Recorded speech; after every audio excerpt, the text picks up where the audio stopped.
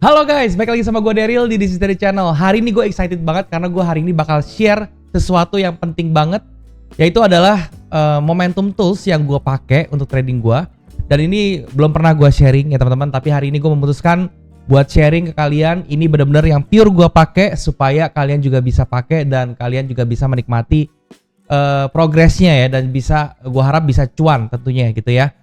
Nah, kenapa ini penting ya teman-teman ya? Karena ini adalah salah satu momentum tools yang buat gua itu sangat efektif dan efisien. Maksudnya gimana? Mungkin kalian pernah dengar tentang yang namanya sniper entry ya. Jadi ketika kalian entry itu posisinya tuh akurat sekali sehingga drawdown kalian itu cukup pendek gitu ya. Dan so far teman-teman, dari segala sesuatu yang momentum yang sudah gua riset ya, ini adalah yang terbaik buat gua. Dan jangan lupa ya, karena ini adalah sebuah momentum tools, kalian itu, gue fokusnya nih hari ini sharingnya tentang momentumnya. Tapi jangan lupa kalian harus lihat tentang progres sebelumnya, yaitu adalah tentang arah harga tren ya.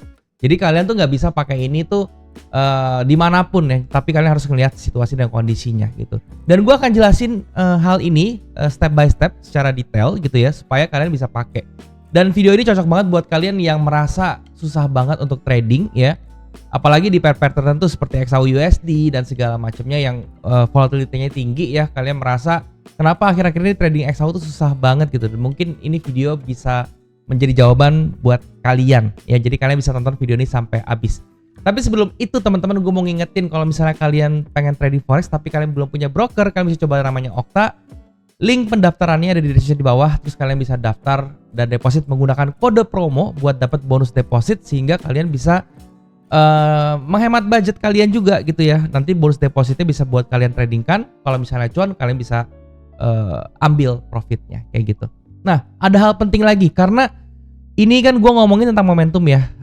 Sedangkan si Okta ini lagi ada aplikasi ya. Di aplikasi itu lagi ada sebuah tools yang sangat luar biasa pakai AI teman-teman ya. Namanya si Okta Trade ya. Jadi fitur AI ini namanya Okta Trade. Kalian tuh bisa pakai ini langsung trading di aplikasi Oktanya, terus kalian tinggal pencet tools itu, nanti dia keluar nih. Ya, itu ada chart pattern apa aja dan segala macam. Dan ini akan berhubungan sama apa yang gue sharing, karena gue mostly itu menggunakan chart pattern ya, terutama double top double bottom, karena ini berhubungan. Nanti gue akan jelasin, nanti kalian akan nyambung sendirinya. Jadi kalian pastiin download aplikasi juga si Okta ini, terus kalian bisa pakai Okta Trade ini buat memaksimalkan kalian punya trading ya. Oke, nah langsung aja teman-teman ya, gue di sini akan sharing. Mungkin gue akan langsung tunjukin aja di chart ya, biar semuanya itu nggak bertele-tele ya teman-teman ya. Oke, nah jadi toolsnya ya, apa aja yang kalian butuhin, gue langsung aja teman-teman. Yang kalian butuhkan tuh adalah pertama RSI aja sih. Ya di sini gue menggunakan RSI 8 ya. Sebenarnya nggak mesti RSI, kalian bisa pakai stokastik, kalian bisa pakai apapun itu, yang penting oscillator gitu. Tapi gue pribadi ya, gue sering ganti-ganti sih. Maksudnya kadang-kadang gue pakai RSI, kadang-kadang gue pakai stokastik. Tapi sekarang gue lagi menikmati banget menggunakan RSI ya, karena secara visual ya itu lebih clear karena dia cuma punya satu line ya. Jadi gue lebih gampang untuk mendetek yang namanya divergence. Oke, nah tadi gue sebutin itu divergence ya teman-teman. Berarti tools gue ini juga menggunakan divergence, yaitu adalah negative divergence, yaitu antara bullish divergence atau bearish divergence ya. Jadi ada dua hal nih ya yang kalian sudah tahu. Gue menggunakan RSI-nya itu untuk mengidentifikasi yang namanya divergence. Oke, nah jadi cara kerjanya gini teman-teman ya. Cara kerjanya itu adalah gue tentu akan entry berdasarkan retracement ya. Jadi gini, kuncinya kalau misalnya kalian pengen mendapatkan sniper entry ya, atau entry yang sangat-sangat akurat, itu kalian wajib menggunakan retracement trading. Kalian tidak bisa menggunakan breakout trading ya. Jadi apa tuh bang retracement trading atau breakout trading? Jadi kalau misalnya breakout trading itu seperti ini. Misalnya ada trendline ya, kalian bikin trendline kayak begini, terus dia break. Nah kalian entry tepat pada saat breakout di sebelah sini. Nah di sebelah sini kalian entry, itu namanya breakout trading. Nah breakout trading itu jeleknya adalah drawdownnya itu akan sangat besar ya ke swing low sebelumnya gitu. Karena kan biasanya kalau misalnya gue pribadi, gue kan naruh stop loss tuh biasanya di swing low ya, di major swing low sebelumnya. Nah kalau dalam hal ini itu kan, let's say gue ambil di swing low sebelah sini aja ya, itu dari 3338 ke 3320 itu udah 100 pips lebih lah pokoknya ya. Itu udah sangat-sangat besar kayak gitu. Dan itulah kekurangannya breakout trading. Teman-teman di sini pasti yang suka trading pakai breakout udah tahu lah ya, itu adalah kelemahannya. Nah, gue pengen menghindari hal tersebut ya. Jadi kalau misalnya kita pengen sniper entry ya teman-teman ya, itu udah otomatis kita harus menggunakan retracement trading. Nah, retracement trading itu seperti apa, Bang? Jadi retracement trading itu adalah kita itu memanfaatkan ketika dia sedang korektif, pergerakan korektif, kita entry ya, sehingga kita mendapatkan entry yang sangat bagus teman-teman sebelum harganya lanjut gitu ya. Nah, taunya dari mana, Bang? Dia itu hanya sekedar retracement, bukannya malah mau balik arah gini. Gampangnya adalah dari structure harganya, teman-teman ya. Jadi ngomongin structure itu apa, Bang? Structure. Nah, structure itu adalah titik tertinggi dan terendah yang terjadi dalam harga dalam kurun waktu tertentu. Misalnya kayak gini ya. Di XAU M30 kalian lihat ya, ini ada sebuah structure, ada beberapa structure yang terbentuk. Ini adalah structure high sebelumnya, harga tertingginya. Terus ini adalah terendah gitu ya. Nah, terus ini adalah harga tertinggi berikutnya. Terus kemudian di sini harga terendah. Nah, kalau kalian lihat structure seperti ini kan lihat ya, harga tertinggi yang di sini tuh lebih rendah dari sebelumnya. Harga terendah yang di sini, structure terendah di sini itu lebih rendah dari sebelumnya. Berarti kan ini membuat tinggi yang lebih rendah ya, dan juga low atau titik terendah yang lebih rendah lagi dari low sebelumnya. Jadi high-nya tuh lebih rendah dari yang sebelumnya, low-nya lebih rendah dari sebelumnya. Itu kita bisa bilang structure-nya itu adalah lower high dan juga lower low. Nah, kalau seperti itu berarti kita bisa berasumsi bahwa harganya itu lagi ada di dalam tendensi ke arah turun. Kenapa? Karena high-nya lebih rendah daripada low-nya. High-nya yang sekarang lebih rendah daripada high sebelumnya. Low-nya yang sekarang lebih rendah daripada low sebelumnya. Gitu ya. Nah, itu gunanya kita untuk mendetek yang namanya structure kayak gitu. Jadi kita bisa tahu nih. Nah, kalau misalnya seperti ini ya, kita kan berarti berasumsi, kita juga harus tahu dong kalau misalnya dia sedang bearish, berarti pergerakan ke atasnya ini itu adalah sebuah retracement gitu ya. Kita harus asumsikan sebuah retracement, sehingga ketika dia ke atas menunjukkan sesuatu yang oke gitu, kita bisa entry untuk sell. Ya, jadi seperti itu ya. Nah, tadi gue juga udah bilang teman-teman ya, yang namanya momentum tools gue yang ini itu adalah fokusnya ke momentum.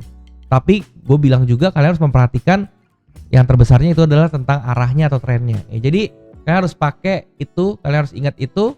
Jangan sampai kalian itu ibaratnya menganulir hal tersebut ya. Jadi kalian harus perhatikan gitu ya. Nah, ini gue langsung aja teman-teman praktekkan ya. Jadi kalian harus, yang pertama toolsnya itu adalah gue menggunakan divergence ya.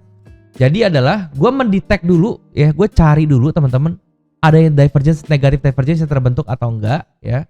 Gue kasih contoh di sini, misalnya di sebelah sini ya. Ini gue kasih contoh aja. Ini ada high yang lebih tinggi. Jadi high sebelah sini itu lebih tinggi ya, ini higher high kayak gitu ya. Sedangkan di oscillatornya dia high-nya lebih rendah, dia bentuk lower high. Ini namanya negative divergence ya. Dalam kasus ini adalah bearish divergence. Kenapa? Karena bearish divergence rumusnya kayak gitu ya, high-nya lebih tinggi, ininya lebih rendah. Nah, ini kita sudah mengidentifikasi nih, oke, ada divergence. Nah, step keduanya, jadi ini step satunya ya, gue sudah tahu ada divergence. Jadi harus ada 3 step sebetulnya. Jadi step 2-nya yang harus dipenuhi sama harga adalah kita lihat low yang terbentuk antara divergence ini. Ya, jadi di sini high sebelah sini sama high sebelah sini, low-nya yang paling rendah di mana? Yaitu adalah yang di sebelah sini, yaitu adalah candle terendahnya. Gue tinggal garis kayak begini, tak ya, gue kayak gini, set ya. Gue garisin kayak gini, gue dapat sebuah line ya. Dan di sini gue bisa bilangnya neckline dari divergence-nya ini. Nah, syarat kedua adalah harga tuh harus break dulu ke bawah neckline ini, harus break dan close di bawah neckline ini, baru ini bisa jalan. Oke? Nah, ini sudah memenuhi juga nih, harga yang ini sudah memenuhi nih, set ya, sudah memenuhi kondisi yang kedua. Oke? Nah, kemudian entry triggernya adalah ketika dia retrace, teman-teman ya. Ketika dia retrace ke atas, gue tinggal bikinin Fibo, teman-teman ya. Dari sini ke bawah sini, ke low-nya.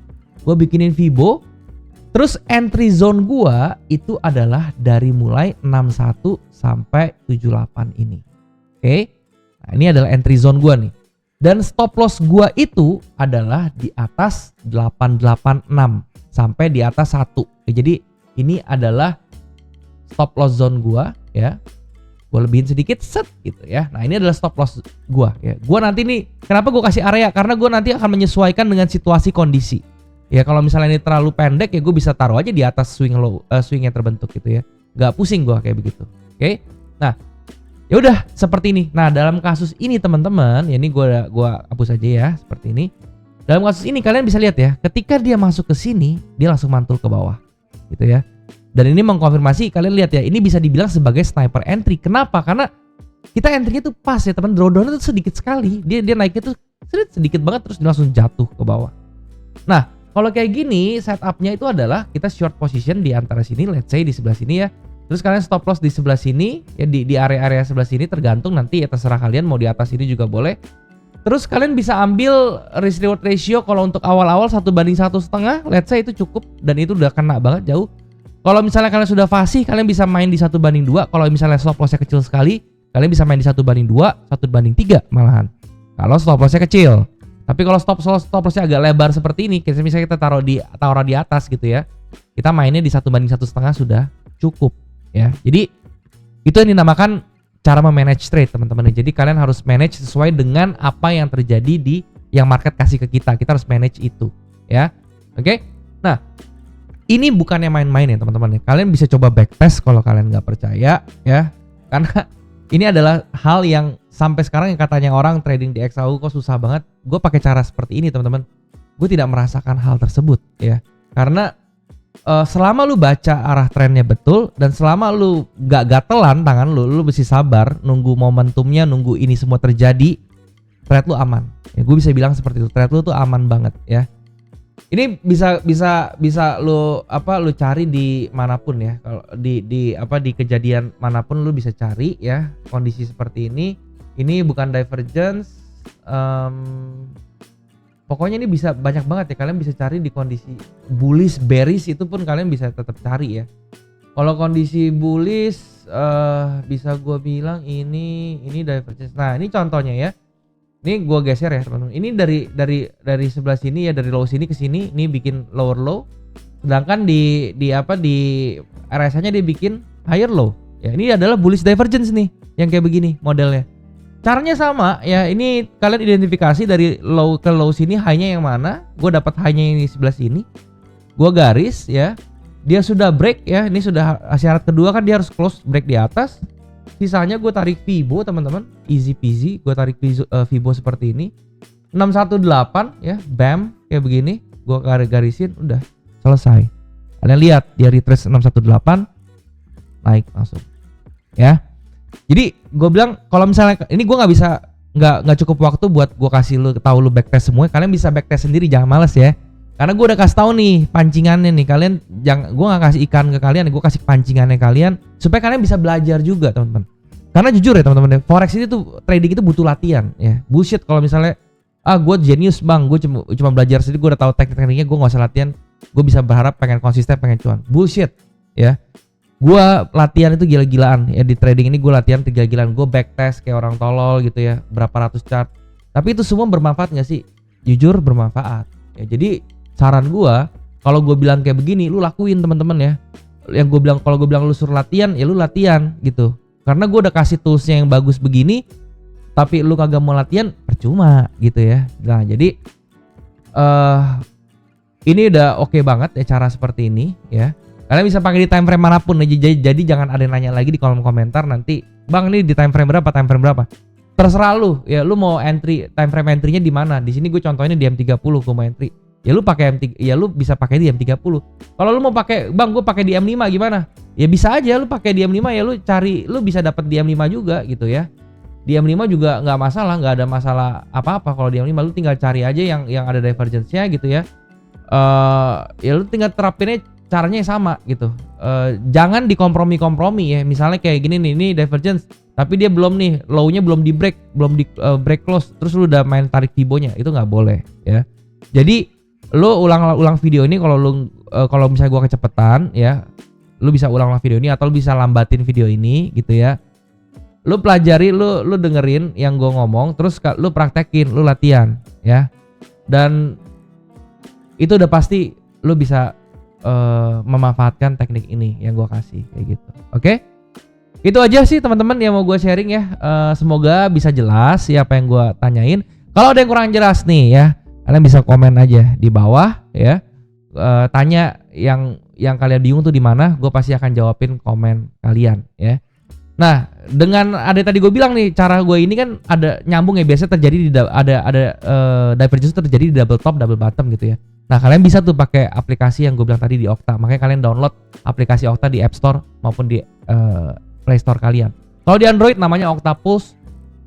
Kalau di di iPhone ya itu namanya Okta One kalau nggak salah gitu ya. Jadi kalian tinggal download aja aplikasinya, terus daftar, terus kalian bisa deposit, atau kalian bisa pakai demonya dulu, langsung tuh coba fitur AI-nya, bagus banget ya.